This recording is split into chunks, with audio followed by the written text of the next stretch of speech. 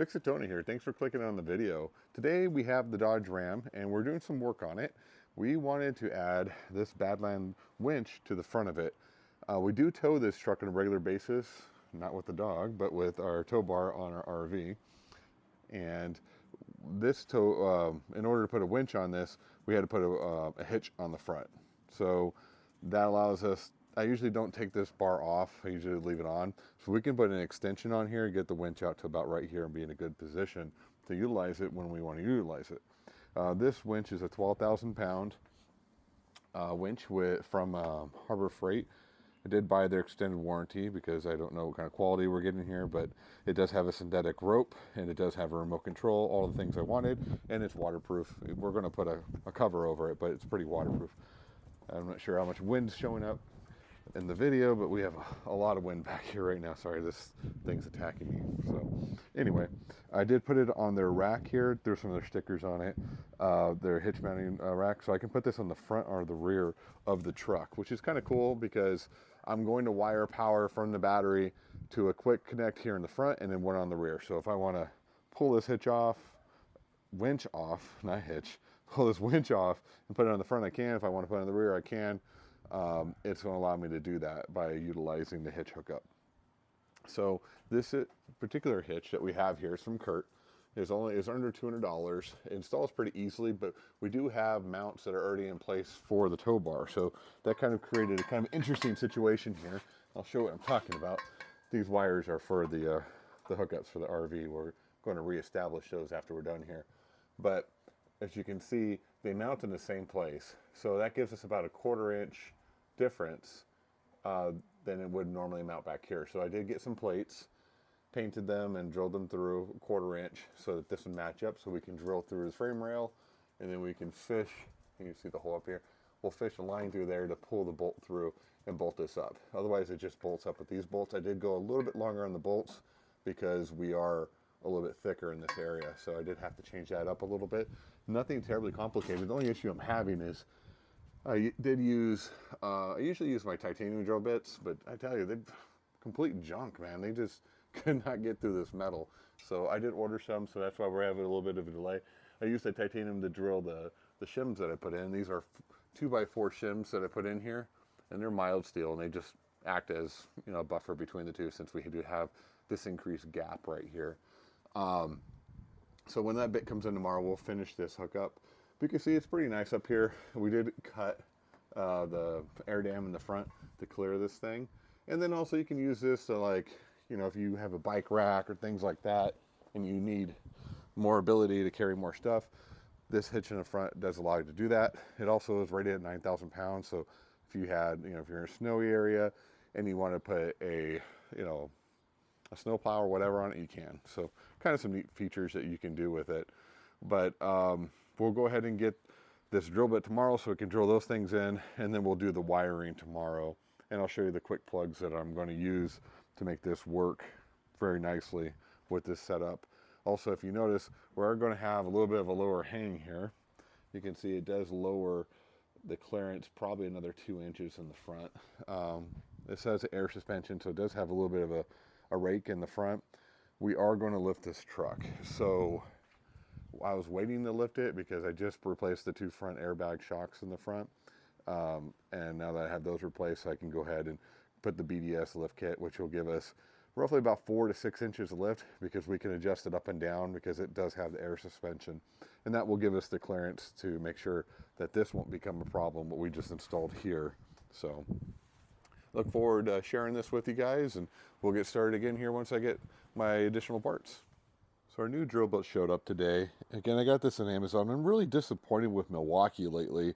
The quality of their drill bits, even their titanium and cobalt, not that good. I've been going through them like crazy. We're going to test this one from Amazon, see if it's any better. It's definitely cheaper, because what we need to do right here is drill a hole up through the frame rail here. We did add, again, as I spoke about before, we have a 1/4 inch gap that was added because we do have the tow bar in front. So we did put mild steel. We just bought them on Amazon. If you guys need something like that, I'll put it in the description. And then we cut 2 holes into that, and those are 7/16, or actually I'm going 9/16 holes. It'll give us enough room to feed the wire through the hole and feed the bolt and the locking nut in here. So we got to drill a hole here and drill a hole right over here. We've already tightened everything up, and that's just to make sure that it's nice and snug. It's not going to move around as we try to drill it. I do have these posts here too to really kind of anchor it in position so there's no movement here. Somebody asked about these posts. I'll put them in the description. They're from Vevor. I've owned them for a few years. They work fantastic at stabilizing a vehicle and a 2-post jack, especially when you're jerking around and stuff down here. It's dangerous if you don't have a means to stop, movement and, accidentally push your vehicle off the lift. So we'll get these holes drilled and we'll go on to the next step. All right, success. I will tell you, this drill bit got through that 1/4-inch steel in a matter of about 5 to 8 seconds. The Milwaukee, on the other hand, that thing, both the cobalt version of it and the titanium version of it, destroyed. A couple of key things to know when you're doing this. You want to make sure that, one, you're straight on the hole, you're not drilling it sideways or anything like that. You also are going to make a mess, so make sure you have something to clean up the shards. These are dangerous. You're wearing safety glasses, ear protection if you need it, because these shards, they can damage your vision and they can get your clothes hard to get off. So brought the little trusty vacuum out, got that all cleaned up. It is a windy day. I do have dogs back here. I don't want them getting shards of metal in their eyes. So if you look, you can see my wire. I fished it through the hole up here, and then I went ahead and threaded it on there with the spacer. And then I'll just go ahead and pull it through and line it up and do the same thing on both sides here. Very, very easy. So I went ahead and pulled it through, and it's just, you have to thread this thing on as much as you can. And then boom, look at that. See how that's fully threaded on? It's important you do that. And you just give it a turn until it locks in that washer that's up there. And you're ready to rock and roll. You can put your nut on there and you can start working on your next one. Very, very easy. Well thought out here from Kurt. Thank you very much. So I just wanted to show you again, you're feeding through here and you'll see the little head. You'll eventually see it up there if you use a flashlight. Good to have a pair of pliers, like a small pair of pliers like this, because once you see it, you're going to have one shot at grabbing it here. And the finer this is, the easier this will be. Nice and easy. And boom, we're ready to rock and roll. All right, torque down the spec. We're all locked in and ready to go. We will have to bolt these back in, probably into the plate here. We'll drill some holes for the better drill bits, of course, and go ahead and mount that stuff so we can have that for the tow behind with the RV. I went ahead and bought these 2-aught jumper cables. It was the cheapest way to do it. Found good quality cables. And so here's what I decided to do. I went ahead and remounted all the stuff for connecting up our truck to our RV. And then I went ahead and rewired the winch with a quick connect. And I was originally going to put hard wires through this, but after thinking about it and looking at some horror stories about wires getting worn down and all sorts of other stuff and not being able to see them, they get hot and they short and whatever, I decided I'm just going to go ahead and just use the jumper cables like jumper cables. And what I mean by that is when I use it, I'll just put the connections directly on the battery. I'll put this stuff with my winch stuff, and that way if I need to use it on a different vehicle or anything like that, all I need to do is just bring this and connect it to a battery. I'll have a shorter connection. I did decide I want to get one shorter connection just when it's in front, and then I'll have the longer connection for, of course, longer hookups. So anyway, she's all hooked up now. She looks nice. Again, if you do this and you do any sort of off-roading, it is a good idea to lift your truck a little bit because this does bring you down a few inches. And you can see the scratches on the front here. I don't do crazy off-roading, but I go off-road. So, not having that clearance, it does make a difference. So anyway, I'm going to go ahead and get this thing on the ground. I'm not going to remove this thing. I'm going to put the extension on so I can mount it out so I can test it and show you guys how it works. But normally, if I wanted to, I could remove that and just put it straight into there. If I don't, that bar doesn't clear, and I do have to put the extension on, which it doesn't hurt it. You just need to make sure you're doing direct pulls. You're not pulling at crazy angles from side to side, and you're not pulling crazy angles up or down if you have that extension on. If you don't, you can kind of do a little bit more, but you want to be careful because you're putting a lot of stress on the frame. So anyway, we'll go ahead and get her on the ground and take a look at how we're doing here. All right, so we have it hooked up with the extension because we left that bar in. Otherwise, it would be tucked more in. And you can see with the front of the truck, the rake being so low, we definitely want to lift on this if we're going to be using this for any sort of heavy-duty pulling in any case. What's neat about these is it does have a wireless feature. You hold the mode button for 3 seconds and now you can wirelessly control it. I do have a wire controller, it has a magnet on it too, so if you're walking around a project or whatever, you can leave it somewhere. Kind of cool. And then you have your engage, and disengage. We're going to go ahead and disengage this. Give it a little tug. And then we're going to pull her out here. We're going to do a test pull here. We're going to hook up to the RV.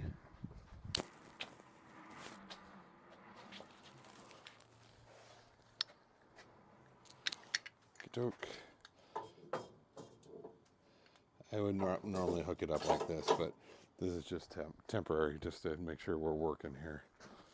Move some stuff out of the way. I did decide also that I am going to put a harness from here to here, so it'll be a quick connect, and I'll have a long cable if I want to hook it or move it from car to car for the rear of the vehicle. But for the front, I am going to hardwire it. I was thinking about not doing it, but it makes more sense to do that. So now that we have that done, we can go ahead and engage and start pulling her in. And that works pretty good. I better slow it down here. I don't want to run into stuff. That works pretty darn good. So needless to say, the setup will work, and the amperage, again, if you're doing a cable this long, at minimum 2-watt cable is what you're looking at. And pure copper, don't buy aluminum. It's not going to work well for you. So again, this is just light pull. The heavier, the more strain you put on it, the more power it's going to use.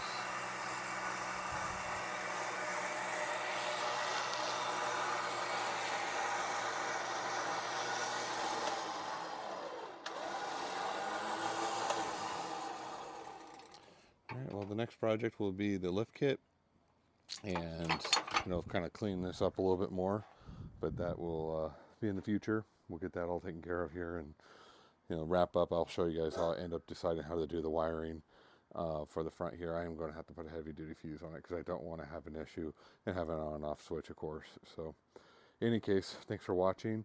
Please like, subscribe, share. A lot more videos to come, and I appreciate you guys. It doesn't cost anything to like or subscribe, and I will tell you right now, 80% of the people, maybe 90%, are not subscribed. So if you guys can subscribe, that would help me out immensely. Thanks again, and have a great day.